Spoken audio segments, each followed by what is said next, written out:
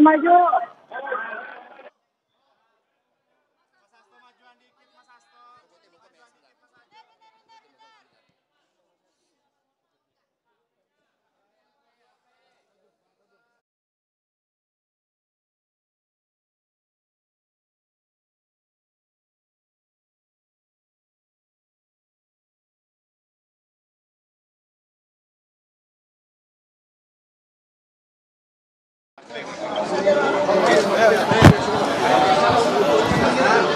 Bentar ya, sabar. Sasto boleh maju lagi? Iya. Maju sedikit lagi Mas Sasto. Pegang dulu, pegang dulu, Wan. Pegang dulu. Praktik dulu.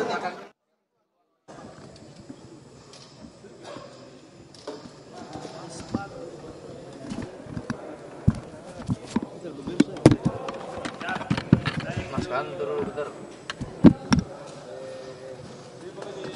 Nggak ikut doorstop. Bahwa saya dituntut 7 tahun dan apa yang terjadi ini sudah saya perkirakan sejak awal.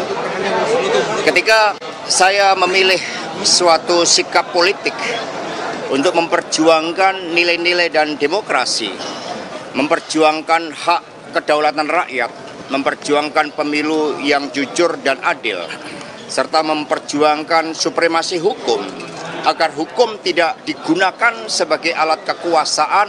Sejak awal saya sudah memperhitungkan risiko-risiko terhadap kriminalisasi hukum oleh kekuasaan.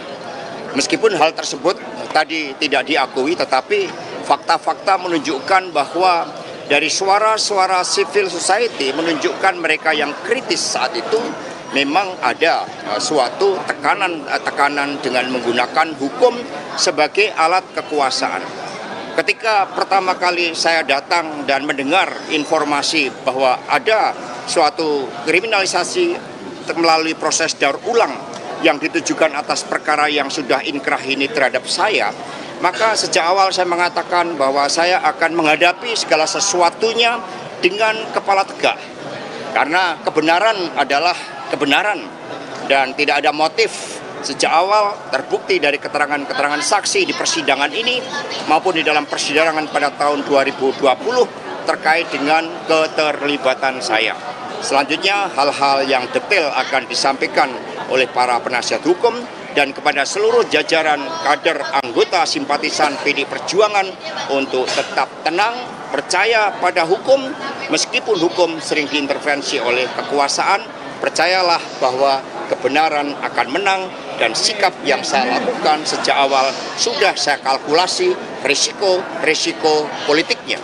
Karena jangankan menjalani hukuman, ketika berteriak merdeka, merdeka, merdeka saja, kader PNI pada tahun 1928 bisa dikenakan oleh hukuman gantung, hukum kolonial. Karena itu percayalah bahwa tidak ada pengorbanan yang sia-sia. Terima kasih. Merdeka! Merdeka! Merdeka! Merdeka! Merdeka!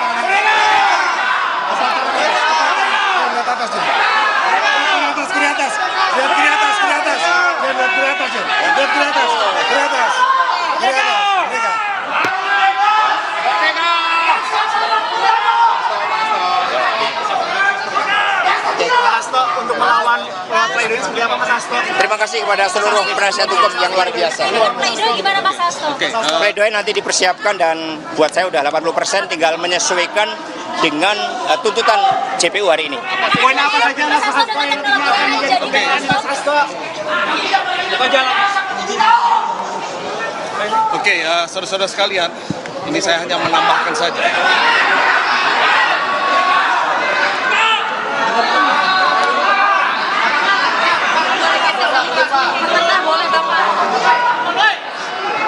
Oke ya. Nah ini nggak bisa kedengaran. Bentar.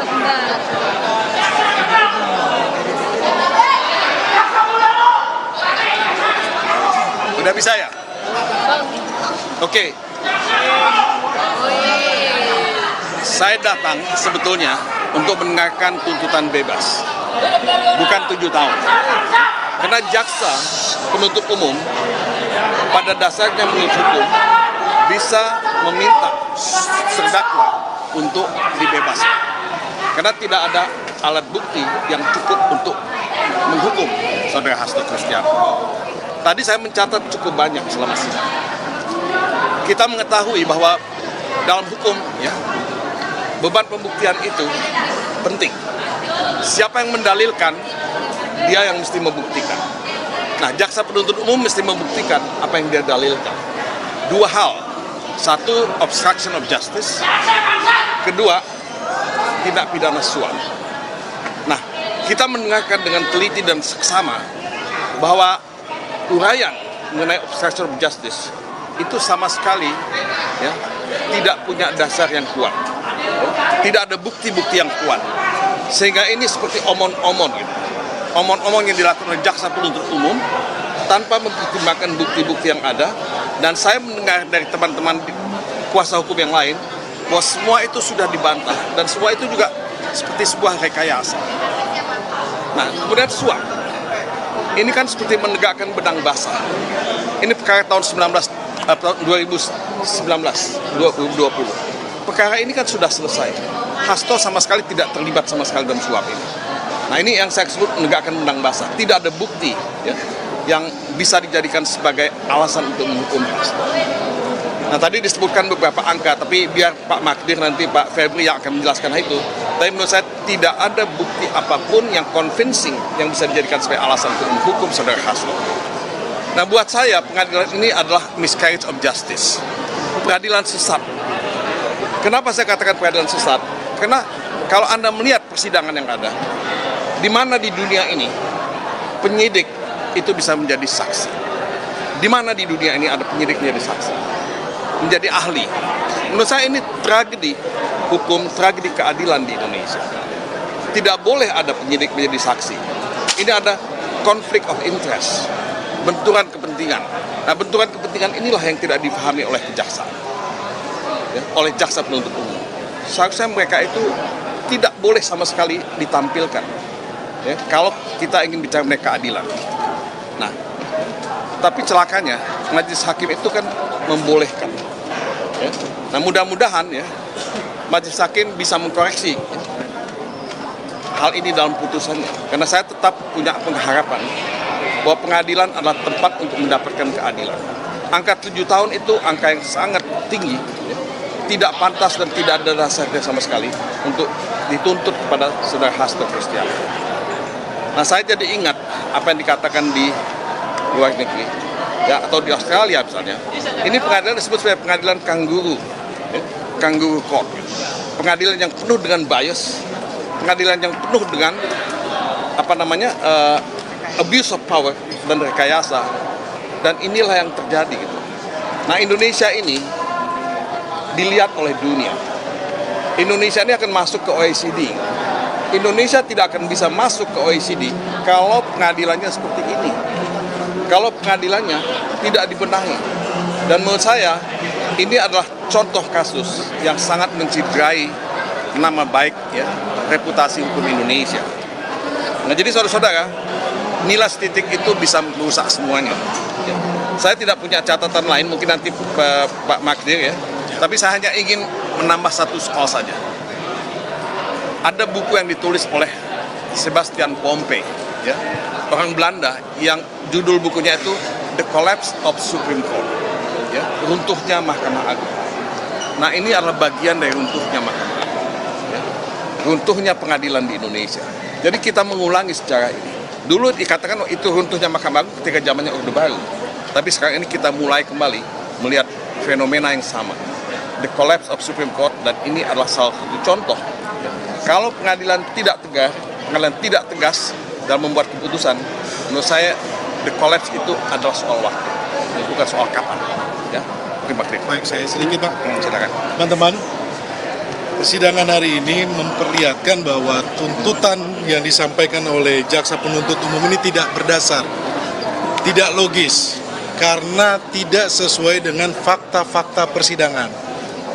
Kita ulang lagi ya, kita sampaikan. Bicara soal obstruction of justice. sudah disampaikan oleh saksi kunci bernama Nur Hasan, 2 orang berbadan tegap yang memerintahkan untuk menenggelamkan AP. Jadi pertanyaan, 2 orang itu tidak pernah diperiksa. Kemudian tiba-tiba di BAP disampaikan bahwa itu adalah perintah Hasto Kristianto. Kita bicara soal obstruction of justice, bicara soal suap. Sumber uang suap itu sudah disampaikan di persidangan 2020 dan di fakta persidangan saksi kunci, wow, sumber uang suap tersebut adalah dari Harun Masiku, bukan Hasto Kristianto. Nah, ini kita sangat menyayangkan jaksa mengkesampingkan fakta-fakta persidangan seperti ini. Jadi di sini sudah sangat terlihat jelas bahwa memang dari awal kami sampaikan ini Mas Hasto ditarget untuk disandra sebagai tahanan politik. Dan tujuannya apa? Sekali lagi kawan, ini mempertegas bahwa ini untuk mengganggu PD Perjuangan. Jadi ini kami ingin sampaikan kepada publik bahwa hal-hal seperti ini tidak bisa dibenarkan. Peradilan yang ditonton oleh jutaan mata melihat persidangan seperti ini, kemudian jaksa mengkesampingkan fakta-fakta persidangan, tidak ada bukti, kemudian dituntut setinggi ini, menurut kami sangat tidak adil. Oleh sebab itu teman-teman, nanti kita akan ajukan pledoi. Kami masih berharap bahwa di pengadilan ini hakim akan memutus sesuai dengan hati nurani. Janganlah memutus karena berdasarkan asumsi atau rekayasa dari penyidik atau dari saksi-saksi yang disampaikan. Itu saja dari saya. Terima kasih. Ya, saya sedikit tambahin ya. Saya kira hal yang sangat perlu mendapat perhatian kita bahwa perkara ini bukan perkara kejahatan murni, ya. Tetapi ini adalah seperti berulang kali kami katakan, ini adalah perkara politik yang dikriminalkan, ya. Ini adalah kriminalisasi politik. Agar supaya ini bisa dituntut dengan tuntutan yang tinggi, diciptakanlah pasal apa yang disebut dengan obstruction of justice, ya. Sebab saudara-saudara, kalau mereka mau jujur penuntut umum itu, mereka juga harusnya mengakui bahwa kalau satu hal yang terkait dengan CDR yang mereka katakan, mereka tidak pernah mau ungkap bahwa perjalanan Harun Masiku dari Jakarta Barat, ya, sampai ke Tanah Abang hanya dalam waktu 1 detik. Ini sesuatu yang betul-betul sangat mencederai akal sehat. Ya. Tetapi hal seperti inilah yang mereka gunakan, bahwa CDR itulah yang mereka gunakan untuk membuktikan bahwa ada kejahatan yang dilakukan oleh Pak Hasto. Itu satu. Kemudian yang kedua, kalau kita lihat betul secara baik bagaimana perjalanan yang disebut sebagai perjalanan dari Harun Masiku bersama-sama dengan Nur Hasan dari Menteng, ya, dengan berputar-putar sampai kemudian mereka katakan berada di PT IKA hanya dalam waktu sekitar 35 menit. Dalam kondisi sekitar pukul 17 atau sesudah 17-an, itu tidak mungkin di Jakarta ini kita bisa jalan seperti itu. Nah, ini yang mereka gunakan. Makanya ini yang saya mau katakan bahwa seluruh bukti-bukti, terutama data-data elektronik yang mereka gunakan, ini adalah bentuk dari manipulasi yang secara sengaja digunakan untuk menghukum Pak Hasto. Ini terkait dengan obstruction of justice. Apalagi kalau kita lihat bukti itu adalah percakapan dari apa yang mereka katakan sebagai percakapan Harun Masiku dan Nur Hasan. Ya. Nur Hasan sudah membantah itu. Bantahan Nur Hasan ini mereka tidak percaya. Yang mereka percaya adalah asumsi dan imajinasi mereka. Yang jadi problem di situ sekarang, ya. Karena bagaimanapun juga pembuktian itu adalah berdasarkan keterangan saksi, bukan berdasarkan imajinasi atau asumsi. Ya. Secara jelas misalnya terkait dengan pertemuan di PT IKA, ya.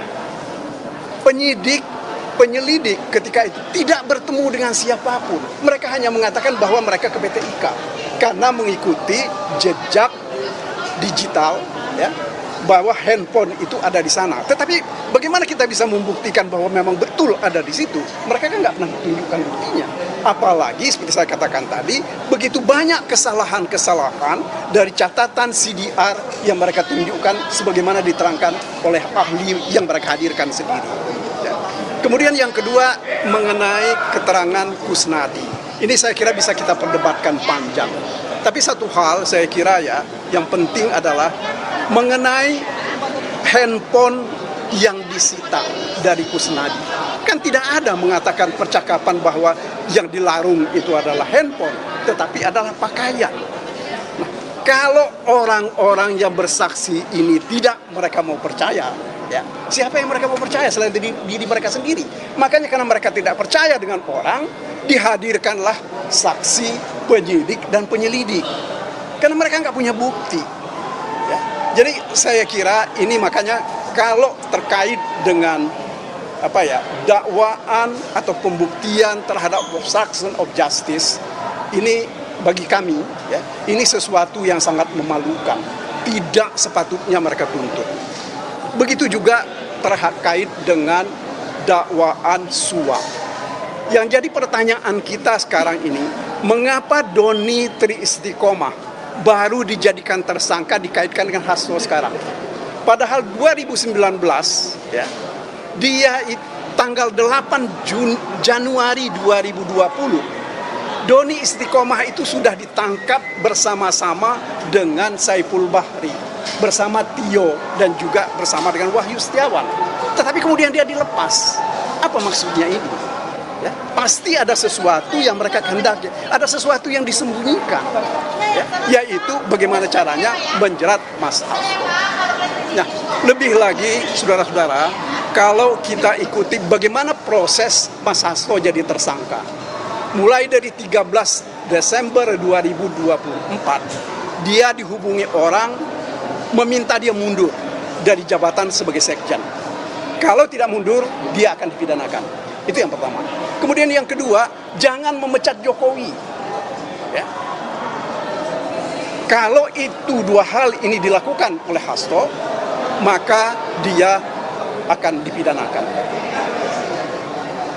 3 hari kemudian, ya, 3 hari kemudian, tanggal 16, ketika Jokowi dipecat, pada hari yang sama, ya, dikeluarkan laporan hasil pengembangan perkara. Maka kemudian hari itu belum pimpinan KPK yang baru belum dilantik. 3 hari kemudian mereka dilantik, serah terima jabatan, dan 3 hari sesudah mereka dilantik dan serah terima jabatan, Hasto ditetapkan sebagai tersangka dengan 2 pasal sekaligus, yaitu obstruction of justice dan kemudian yang kedua adalah suap. Terus terang, kalau saya sih merasa bahwa ada sesuatu yang janggal di sini. Ya. Apakah ini bukan merupakan bentuk dari politik balas budi? Ya. Karena bagaimanapun juga keluarga Jokowi sudah merasa dipermalukan, sehingga pimpinan KPK, ya, kalau kita urut ke belakang, pemilihan mereka itu tidak seharusnya dilakukan oleh Jokowi, tetapi dilakukan oleh presiden yang baru, yaitu Pak Prabowo. Akan tetapi semua itu diabaikan oleh Jokowi, bahkan dia sendiri melanggar 2 putusan Mahkamah Konstitusi mengenai pimpinan Komisi Pemberantasan Korupsi ini. Nah, jadi sekali lagi saudara-saudara, mari kita cermati secara baik, ya, bahwa perkara ini bukan perkara biasa, ya, bukan perkara suap atau yang sederhana, bukan juga perkara yang merupakan tindakan menghalangi keadilan. Tetapi ini adalah upaya, ya, dari diskusi kami dengan beberapa teman di PDIP, ini sebenarnya adalah upaya awal, ya, yang sudah tidak berhasil untuk mengambil alih partai. Ya. Ketika Presiden Jokowi meminta tambahan masa jabatan, dan juga ketika dia tidak berhasil menambah 1 periode.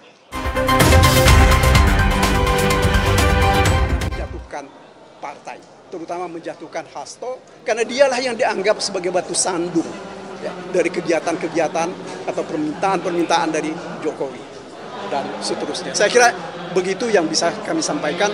Nanti lengkapnya ini akan masuk di dalam pembelaan kami. Mudah-mudahan minggu depan kita bisa sampaikan lebih terang. Terima kasih atas perhatian. Terima kasih. Pak. Ya. Baik. Sekarang 3 Juli 2025. Ya. Ibu Bapak semua sudah mendengarkan, sudah menyaksikan pembacaan tuntutan dari jaksa penuntut umum. Ya. Apa yang bisa disampaikan adalah tuntutan penuntut umum hari ini adalah tuntutan yang berdasar imajinasi, asumsi, dan tuntutan penuh kebencian.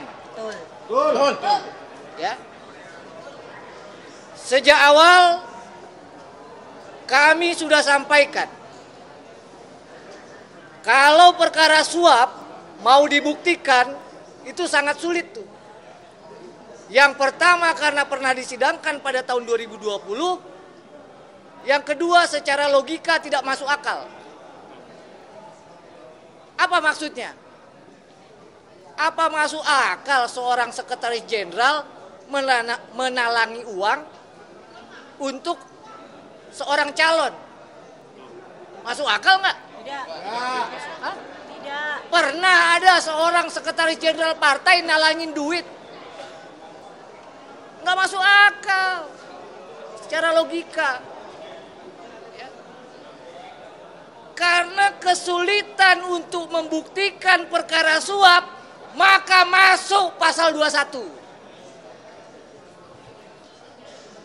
Perintangan penyidikan katanya. Ya. Kalau kita mau lihat perintangan penyidikan apa? Kita ini hari ini tegak, ya. Itu karena penyidikannya jalan. Itu karena apa? Berkasnya sampai ke pengadilan. Itu karena apa? Karena persidangannya sukses, lancar kan? Pertanyaannya ke Ibu Bapak, yang mana merintangi persidangan? Ada.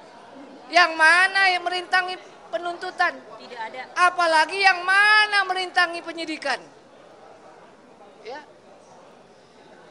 Jadi pesan tuntutan oleh penuntut umum hari ini jelas. 1. Penuntut umum minta majelis hakim untuk mengenyampingkan semua fakta-fakta persidangan. Penuntut umum minta kepada masyarakat tutup mata dengan fakta-fakta persidangan. Kalau begitu, tidak lain kita masih berharap satu lagi ini ujiannya ada pada majelis hakim. Ya. Dalam putusan selalu dinyampaikan, ya, demi keadilan berdasarkan ketuhanan yang Maha Esa. Perhatikan teman-teman kameramen tadi, ya, pada saat dibacakan tuntutan bergetar itu tangannya penuntut umum tuh. Coba dicek nanti di kamera, getar itu. Ya. Kita mau masyarakat tercerahkan. Ya, kita mau masyarakat menyaksikan, ya, betapa tidak mudah menjadi orang yang kritis di Republik ini. Ya. Kita mau masyarakat tahu itulah resiko kalau kita kritis terhadap kekuasaan atau orang yang berkuasa. Ya. Maka sekali lagi tak bosan kita berharap, tak bosan kita berdoa. Selesai nanti kami membacakan pledoi, majelis hakim berani menggunakan akal sehat, berani, ya, menggunakan fakta-fakta yuridis, fakta-fakta yang terungkap di persidangan untuk memutus bebas Pak Hasto dari segala tuntutan. Terima kasih. Merdeka! Semangat Pak Mataram!